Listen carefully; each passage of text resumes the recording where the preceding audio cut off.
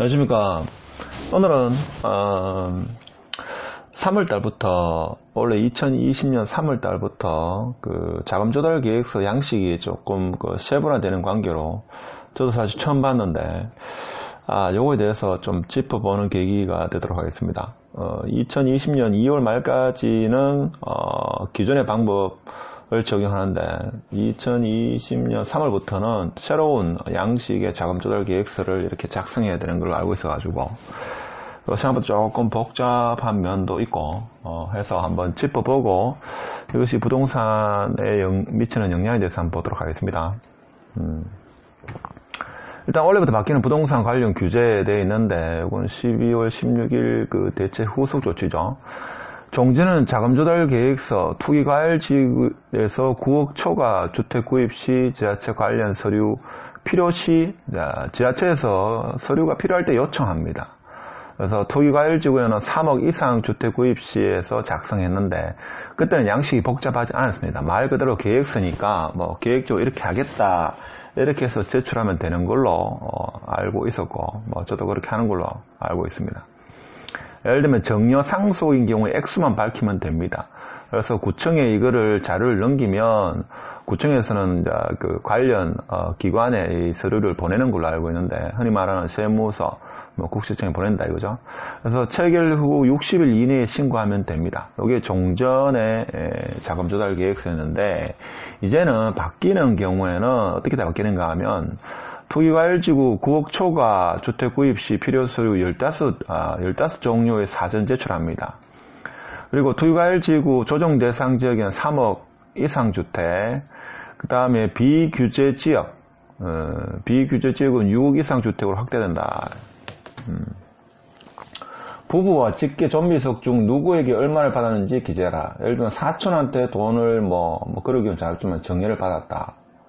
이렇게 되면 그걸 적어야 된다, 그죠? 그리고 체결 후 30일 이내에 60일에서 30일로 바뀌었죠. 이내에 신고를 해야 된다. 그 다음에 담합 금지인데 집주인 집값 담합 처벌 규정도 신설했습니다. 이번 시간에는 이제 자금조달 계획서 위주로 보도록 하겠습니다.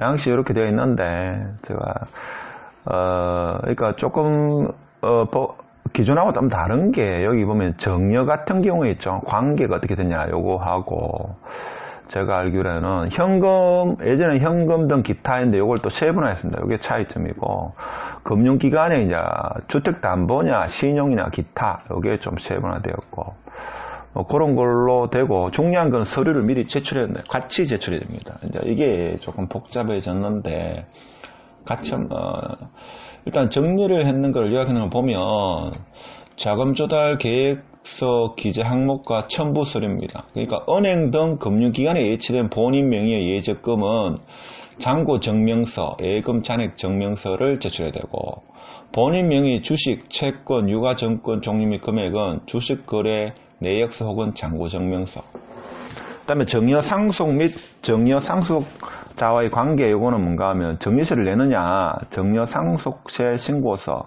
납세증명서를 같이 첨부해야 됩니다. 그 다음에 현금 및 금 등 기타 자산 종류되어 있는데 이거는 소득금액 증명원.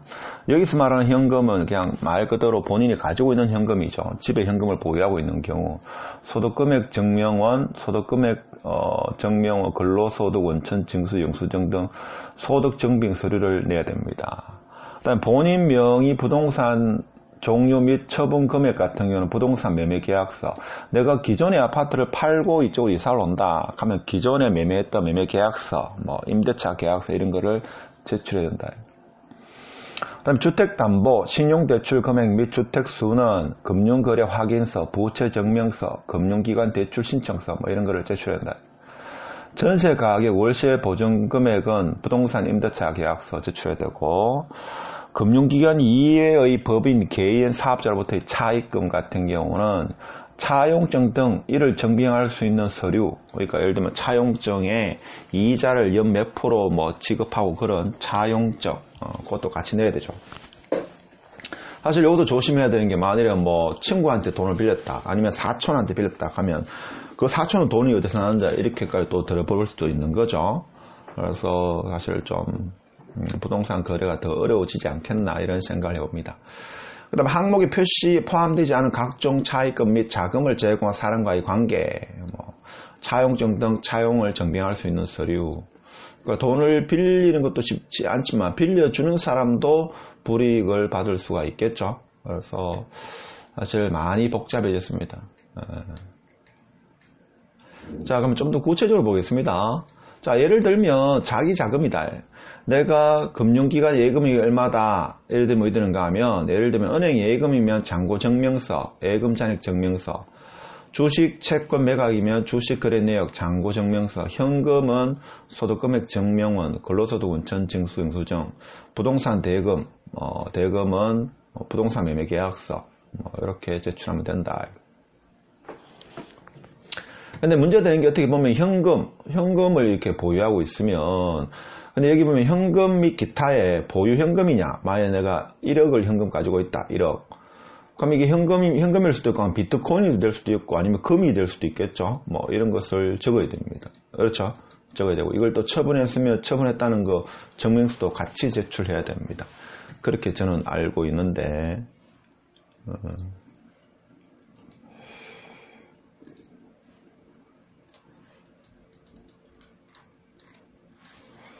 자, 그리고,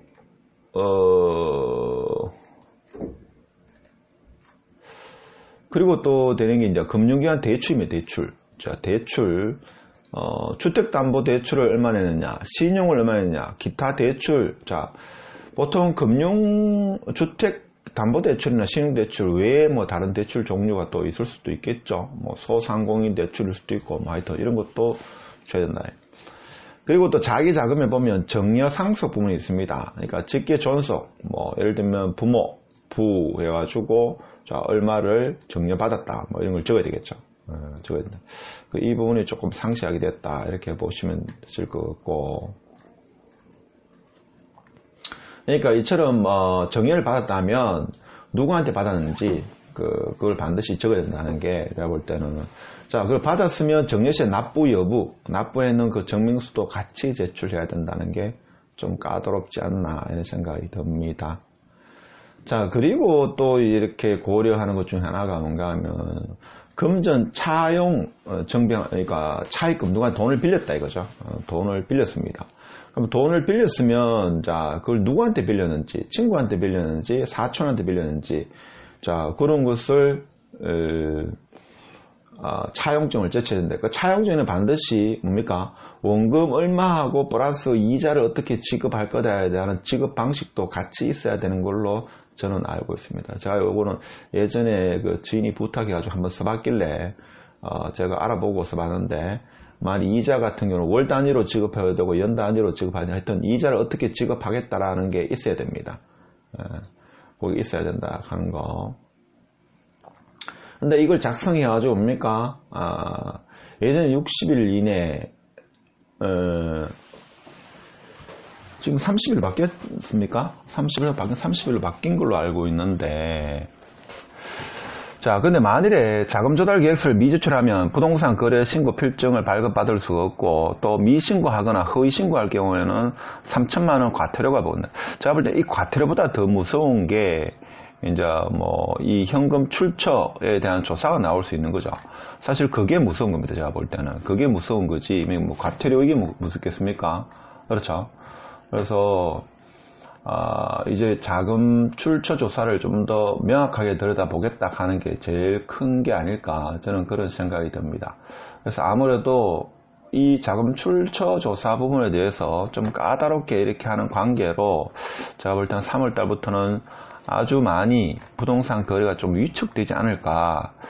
근데 이게 뭡니까? 규제 지역에서는 3억 이상, 비규제 지역은 6억 이상이니까 거의 웬만한 서울 수도권 같은 경우는 상당수가 될 거고, 지방 같은 경우도 좀 고가. 그러니까 규제 지역은 3억 이상, 비규제 지역은 6억 이상이니까.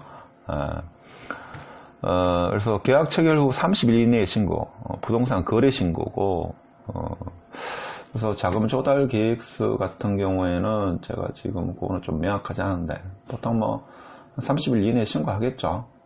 그거 늦게 할 필요 없으니까. 그래서 정부가 만약 자금 출처에 대해 자신이 없으면 내가 이 집을 사리지 말라. 제가 볼 때는.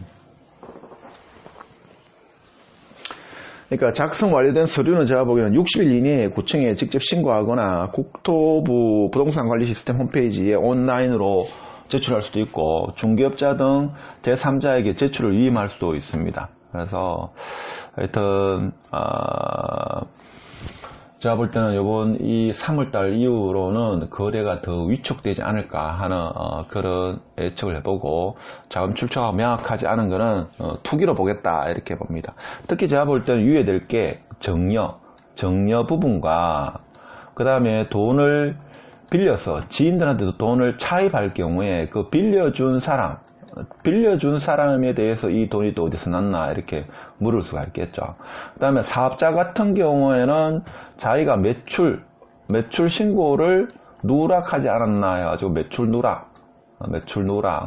제가 볼 때는 첫 번째 이 정려 부분은 사람들 세금 다 내니까 상관없는데 이 차입금하고 내가 만약 개인 사업자면 매출 누락에 대해서 사업장에 대해서 세무조사나 이런 게 나오지 않을까. 이 두려움이 내가 볼 때는 클 겁니다. 그래서 3월달부터는 제가 볼 때는 좀 거래가 지금도 이렇게 많지 않은데 거래가 더 위축되지 않겠나 하는 그런 걱정이 좀 들긴 들죠. 그렇지만 뭐 자금 출처가 명확한 사람은 이렇게 크게 신경 쓸 필요 없고 소신대로 이렇게 움직이면 될 것 같습니다. 오늘 간단하게 3월부터 바뀌는 자금 조달 계획서에 대해서 한번 살펴봤습니다. 시청해 주셔서 감사합니다.